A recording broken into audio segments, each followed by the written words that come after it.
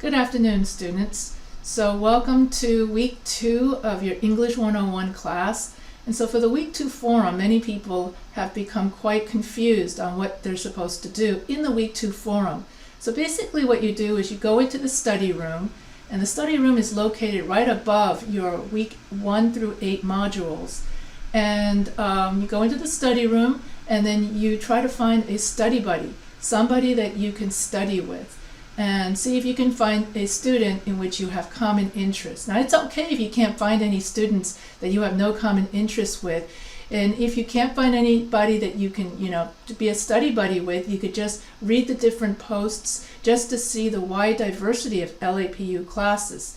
So then as you start going into and taking your classes into your major, every class has its own study room, and you're going to find more and more students who have the same interests as you start. Let's say you're a nursing student and you start taking nursing classes, and you go into the study room of the nursing classes, and you'll find everybody wants to be a nurse. So as you progress through your degree, you will find more and more students in the study room with the same interests. And so the purpose of the Week 2 Forum is to introduce you to that study room, because every LAPU class has a study room, and the study room is a place where you can do some peer tutoring, in which you can ask students who have already taken the class how to do the assignments. Some classes require some kind of laboratory kit, and you can ask past students about how to do those laboratory kit assignments. If you don't know something from the textbook, you can ask the past students what those things, what the complex topics mean. Also, every LAPU class has Spark, the virtual course assistant.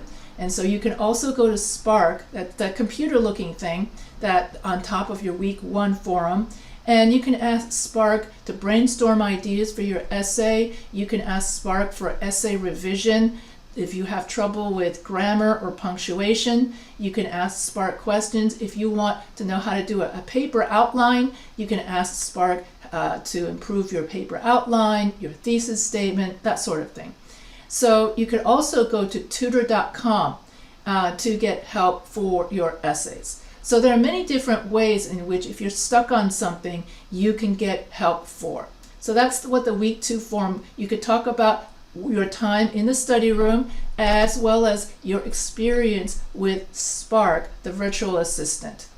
And then next week, in week 3, we're going to talk about the importance of considering audience. When you write, you should consider your audience. So let's say you're doing a presentation. You got to think, is my audience going to be a bunch of novices, beginners? Then I've got to explain some of the more difficult terms. Or is my audience going to be a bunch of experts, and I could just cut to the chase? So we always want to consider audience, because if we are writing to our family, we're going to use a more casual tone of English. And if we're writing to a research paper for our teacher or other experts, we're going to use a more formal tone of English. And so informal English is when we use I, my, we, us, me, and when we use second person case you, your. And so when you write your research paper, you have to avoid using first person case I, my, we, us, me, and second person case you and your.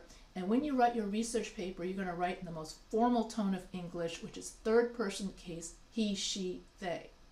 So that's what we're going to talk about in week 3, is the importance of audience. Whether we are talking to our friends and family, we're going to use a casual tone of English, or we're talking to our boss or writing for our boss, and we use a more formal tone of English. Now you can use first and second person case in business writing, because you want to make yourself more relatable, more personable. It's only when you write your research paper that you want to write only in third person case only. So it's only in research writing that you write the most formal tone of English. And so that's it for so far week 2 and week 3. And also, students have been asking me, what's the difference between the part 1 assignment for the illustrative essay and the part 2 assignment? And so basically part 1, 2, and 3 assignments follow the writing process. So in week 2, you have your outline, that's pre-writing. Then in week 1, you have your outline, which is pre-writing. And then in week 3, you have your writing, the rough draft. And then in week 5, when you do your final draft, that's going to be rewriting. So pre-writing, writing, rewriting are the 3 stages of the writing process, and so the 3 parts of your writing assignment follows the 3 stages of the writing process. And so for week 3, you will be taking your week 3 quiz. So make sure that you read my week 3 quiz notes before you take the week 3 quiz. And I always post the quiz notes inside the announcements. And so I want to wish everyone happy holidays as we all enter the Thanksgiving, Christmas season. And that's why I'm wearing, the hat and the Santa hat and that sort of thing. So I want to wish everybody, as we approach the holidays, happy holidays, and know that God is always with you. And so if you like this video, feel free to subscribe to the Professor H Writing channel. And if you have any questions, feel free to email me at any time. And also, one last thing is on Wednesdays at noon Pacific, I will have live Zoom sessions, and you can come by and say hello, and we can then discuss if you have any questions about the class. So that's it for this particular video. And if you have any questions, feel free to reach out to me to my Christmas session, Thanksgiving session, English 101 Fall 2 class.